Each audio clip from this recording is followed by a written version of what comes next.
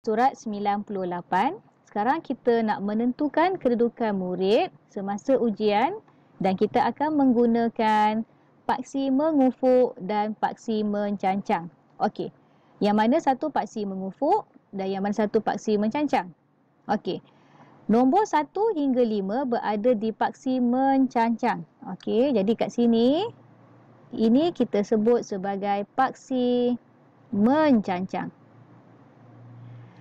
A hingga E berada di paksi mengufuk. Jadi yang bawah ini kita sebut dia sebagai paksi mengufuk.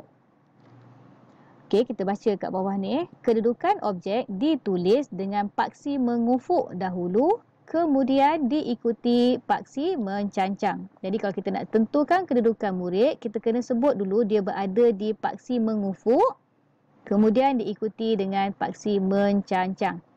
Okey, contoh. Siapakah duduk di A3?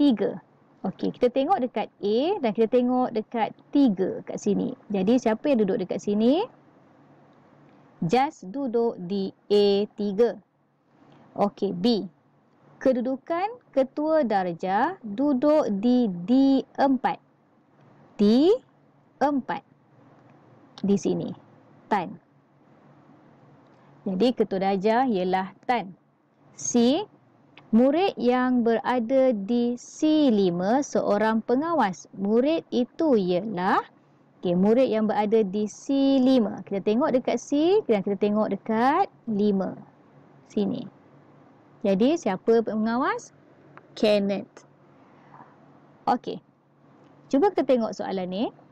Siapakah di A2, B1 dan E3? Okey, jom kita cuba kenal pasti siapa yang berada di A2. Kita tengok dekat A2. Okey, kita ada Amri dekat A2. B1.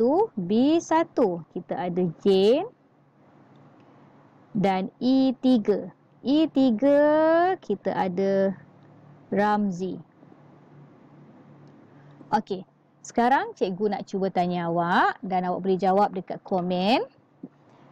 Siapa berada di C3? Soalan pertama. Okey, soalan yang kedua.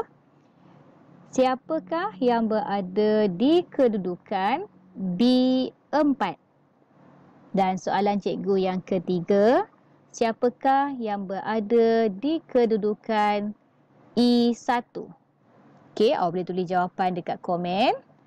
Hari ini kita akan selesaikan soalan dalam buku aktiviti muka surat 140. Okey, arahan dia.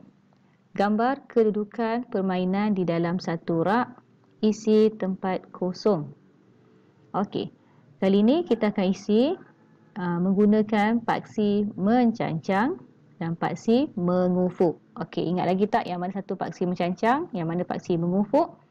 Okey, yang tegak ni, yang tegak ini kita panggil dia paksi mencancang. Okey, dan yang melintang ini, yang tidur ni, kita panggil dia paksi mengufuk. Okey, sekarang kita cuba isikan. A, huruf A hingga D berada di paksi. Okey, A dengan D tadi, yang paksi yang tidur ni kita panggil dia sebagai paksi mengufuk.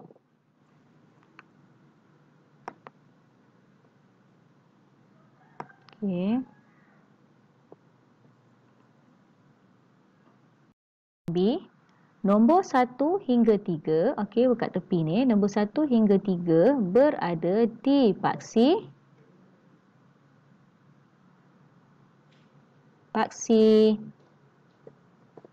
mencancang.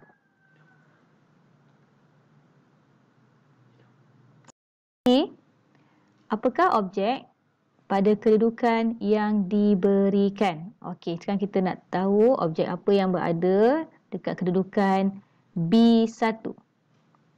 Okey, kedudukan B1. Kita B1 kita ada apa? Kita ada doh mainan. Okey, jadi awak tulis dekat sini doh mainan.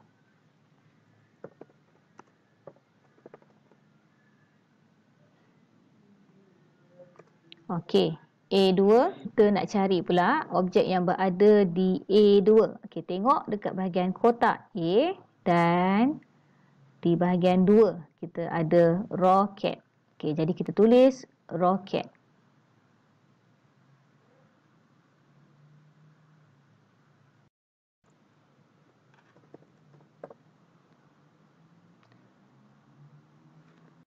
Sekarang kita cari objek yang berada di D3 pula. Okey, tengok D3, kita pergi dekat D, kemudian kita pergi dekat 3. Kita ada robot.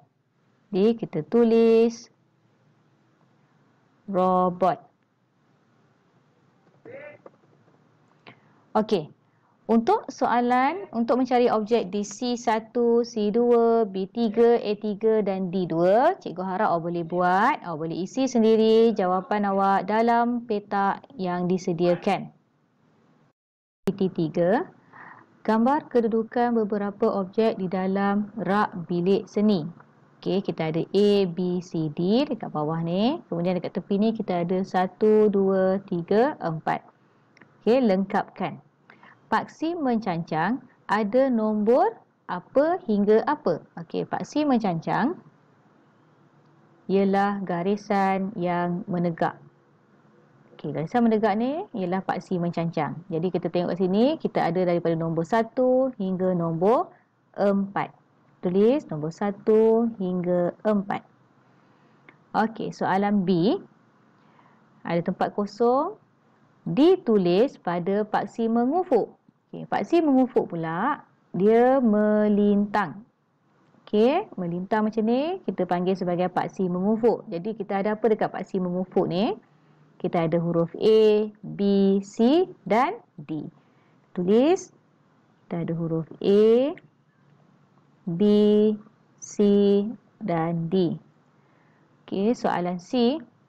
Pensel warna sama lajur dengan. Okey, lajur. Lajur yang mana? Okey, lajur adalah sama dengan paksi mencancang. Yang ini kita panggil dia lajur. Okey, sama lajur dengan pensel warna. Okey, kita tengok pensel warna, dia sama lajur dengan krayon. Jadi kita tulis jawapan dekat sini. Krayon. Soalan D. Okey, tempat kosong. Dan berus lukisan berada pada baris yang sama. Okey, baris adalah yang mengufuk. Jadi kita tengok berus lukisan. Okey, berus lukisan dekat sini. Jadi yang sama baris dengan berus lukisan ialah cat warna. Di sini cat warna. Soalan E. Apa berada di C4? Kita pergi dekat C, kemudian kita pergi dekat baris 4. Kita ada palette. Tulis palette. Okey, untuk soalan F, apa yang berada di 4? Okey, cikgu nak awak buat sendiri soalan F. Boleh tengok dekat paksi mencancang, paksi mengufuk di D, kemudian kita tengok dekat nombor 4. Jadi awak tulis jawapan dekat ruangan yang disediakan. Kita sambung muka surat 142. Okey. Tentukan kedudukan aktiviti 1. Gambar kedudukan peralatan sukan di stor sukan. Okey. Nyatakan kedudukan peralatan sukan yang berikut. Okey, bila kita diarahkan untuk menyatakan kedudukan, kita kena baca garisan, kita kena baca yang paksi mengufuk dahulu, kemudian diikuti dengan paksi mencancang. Okey, kita baca paksi mengufuk. Kita sebut dulu dia huruf apa, kemudian kita baca paksi mencancang.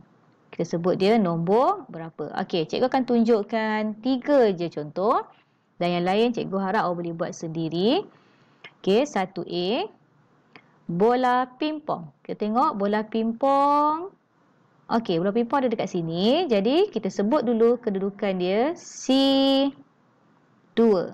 Jadi, tulis dekat sini. C huruf besar, kemudian 2.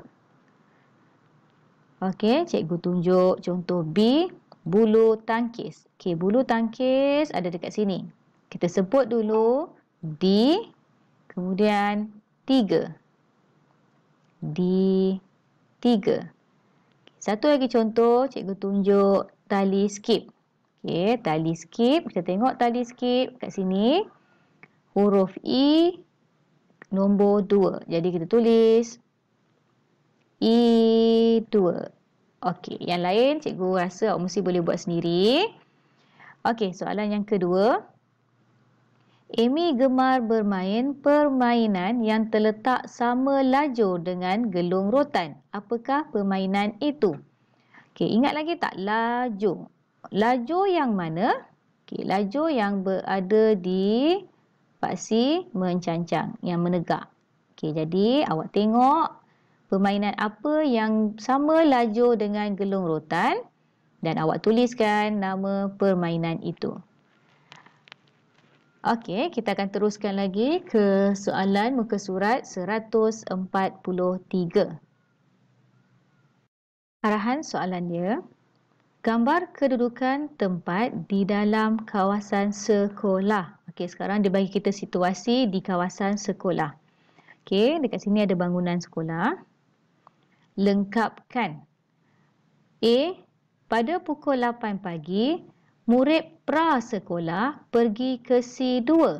Ke manakah mereka pergi? Okay, kita tengok C2. Okey, C2. C2. Murid akan pergi ke taman permainan. Jadi awak isi tempat kosong ni, taman permainan. Okey, soalan B.